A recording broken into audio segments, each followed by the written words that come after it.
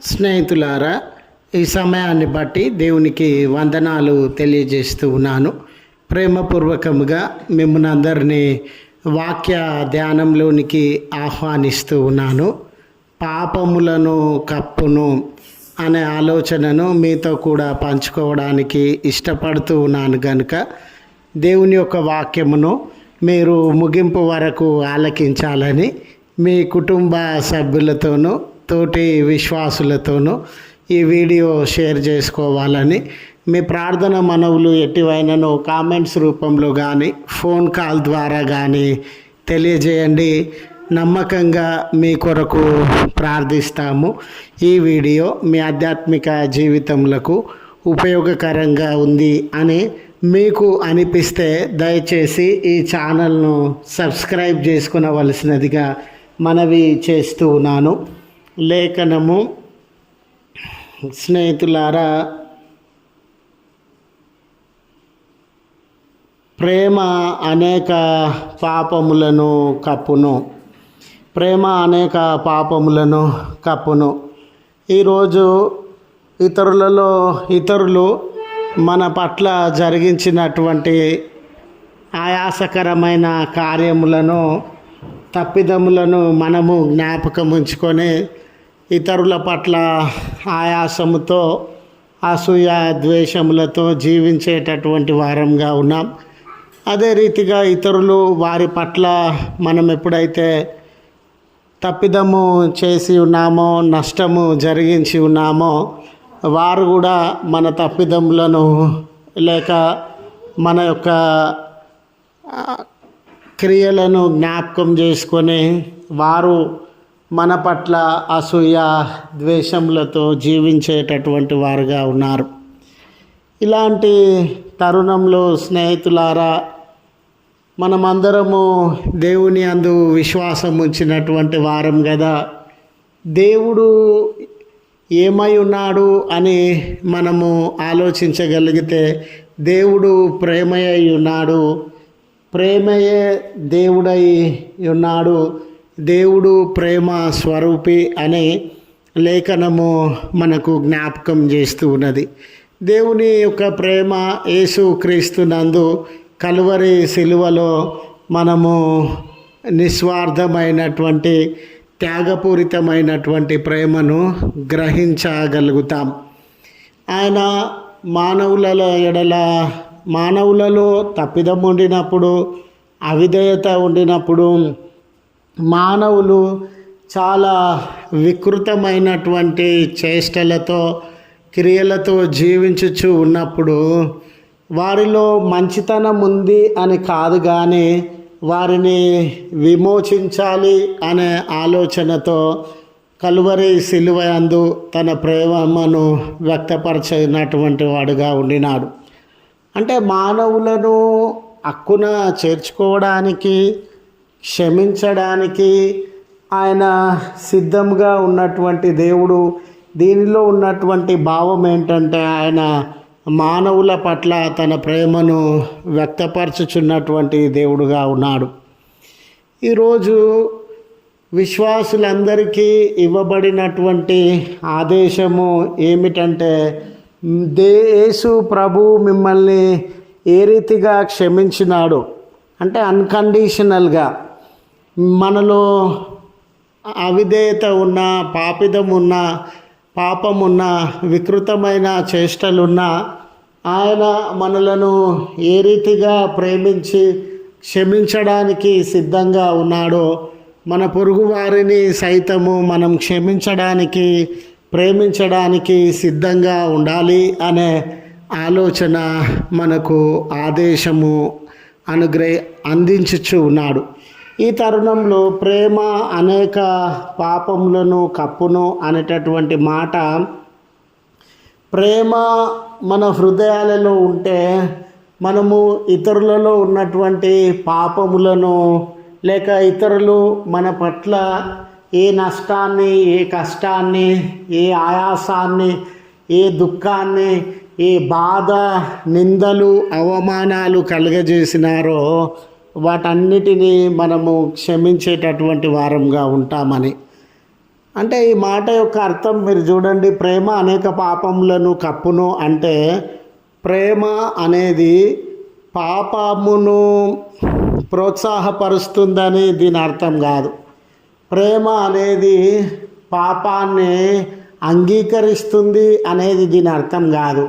కానీ పాపం చేసినటువంటి వ్యక్తిని సరిదిద్దడానికి, పాపం చేసినటువంటి వ్యక్తిని క్షమించడానికి, పాపము చేసినటువంటి వ్యక్తి జీవితంలో అతని వల్ల కలిగిన నష్టాన్ని భరించడానికి, పాపము చేసినటువంటి నష్టాన్ని కష్టాన్ని మనకు కలుగజేసినటువంటి వ్యక్తితో సమాధాన పడడానికి ఆ ప్రేమ కలిగినటువంటి వ్యక్తి సిద్ధంగా ఉంటాడు అని ఈ మాట యొక్క అర్థం.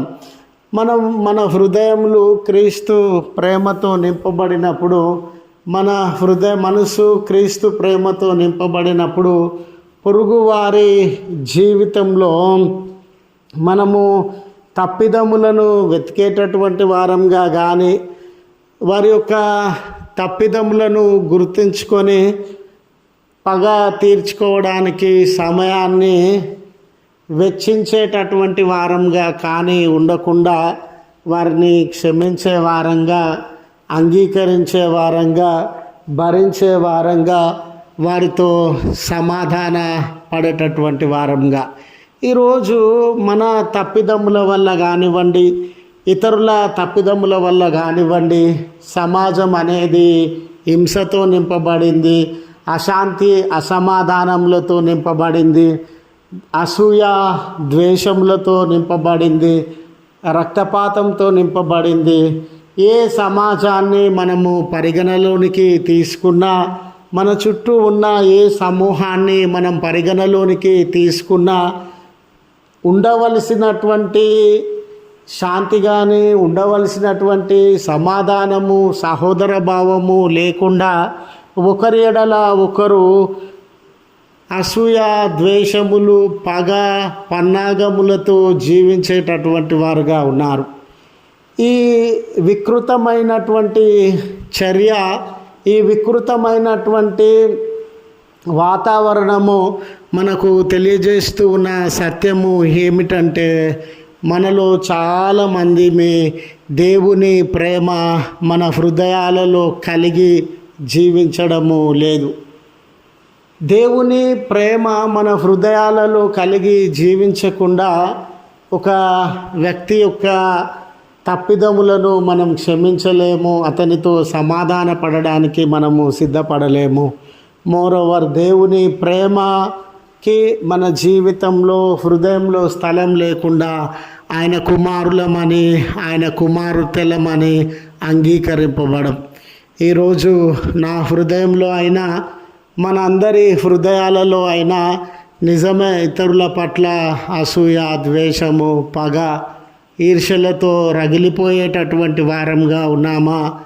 దేవుడు నా పట్ల చూపినటువంటి ప్రేమను, క్షమాపణను, అంగీకారాన్ని, సమాధానాన్ని నా పొరుగు వారి ఎడల, వారు ఎటువంటి వారైనా కానివ్వండి, వారి ఎడల చూపడానికి నేను సిద్ధంగా ఉన్నాను అని మనల్ని మనము సరి చేసుకొని మన సమూహాలలో, సమాజంలో శాంతి, సహోదర భావము పెంపొందించడానికి సిద్ధంగా ఉన్నామా అని గుర్తు చేస్తూ ఈ మాటలను ముగిస్తూ ఉన్నాను.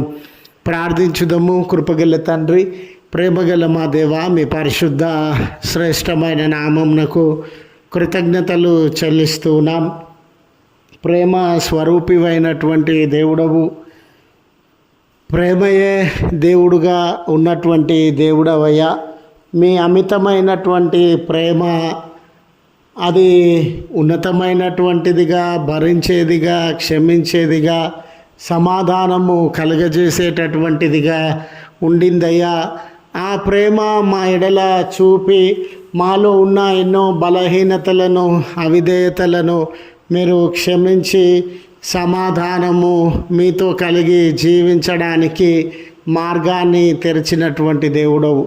ఈరోజు తండ్రి ఇతరులు మాకు కీడు చేసినప్పుడు, ఇతరులు మమ్మల్ని కష్టపెట్టినప్పుడు, ఇతరులు మా మీద నిందలు మోపినప్పుడు, ఇతరులు అనేక ఇబ్బందులను మాకు కలుగజేసినప్పుడు మీ ప్రేమను వారి ఎడల చూపి ఒక్కొక్క కుమారునితో ఒక్కొక్క కుమార్తెతో సమాధాన పడగలిగినటువంటి మనసు, ఆలోచన మా అందరి హృదయాలలో మీరు అనుగ్రహించండి అయ్యా. హింసతో, అసూయ, ద్వేషములతో నింపబడిన ఈ సమాజము ప్రేమ వలననే నెమ్మదిని అనుభవించగలదు అని మేము ప్రార్థన చేస్తూ, అటువంటి ప్రేమ మా జీవితాలలో మా తోటి వారి ఎడల కలిగి ఉండడానికి మీ కృపను చూపండి. దయగల తండ్రి, ఈ ప్రార్థనలు ఏకీభవించుచున్న బిడ్డలను, వారి కుటుంబంలను జ్ఞాపకం చేసుకునండి. వారిలో ఎటువంటి అవసరతలున్నా, కొరతలు, బలహీనతలున్నా తొలగించండి అయ్యా. ఈ దినాన వెడ్డింగ్ యానివర్సరీస్ కానీ, బర్త్డేస్ కానీ జరిగించుకొని ఉన్న బిడ్డలను దీవించి సుదూర ప్రయాణముల కొరకు సిద్ధపడుతున్న బిడ్డలతో మీరు ఉండండి. విపరీతమైన వర్షములను అనుభవించుచు అతి ప్రమాదకరమైన పరిస్థితులలో చిక్కుకొనిన బిడ్డలందరిపైన మీ కృప చూపి వర్షమును అయ్యా మీరు మీ అదుపులో ఉంచుకొని కంట్రోల్ చేయవలసినదిగా క్రీస్తు పేరట వేడుకొనుచు నాము తండ్రి. ఆమెన్. తండ్రి, కుమార, పరిశుద్ధాత్మ త్రియేక దేవుని దీవెన మనకు తోడై ఉండి మనలను కాపాడును గాక. ఆమెన్.